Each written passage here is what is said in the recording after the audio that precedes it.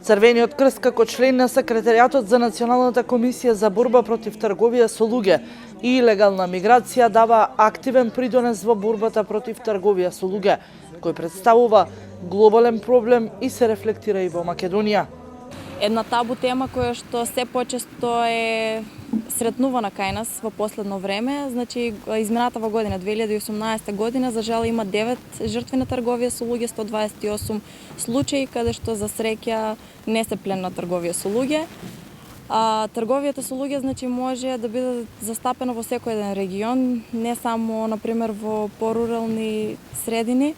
Истиот момент, например, што апелирам кај помладите, бидејќи сме во едно такво општество живееме каде што сите сакаме да избегаме од овде, бараме опции дали ќе биде за шетање, дали ќе биде за работа, било како, значи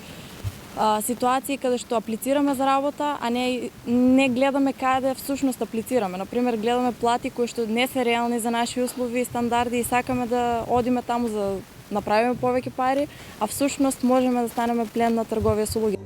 Во борбата против трговија со луѓе и илегална миграција, Црвениот крст и оваа година од 2 до 9 декември се вклучува во одбележување на недела на борба против трговија со луѓе со организирање на превентивни активности. И денес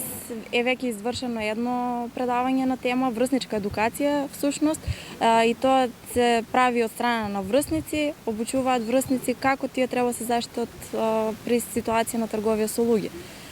Исто така, например, се прават цели работилници по неколку дена кои што траат со цел за да се збогати знаењето на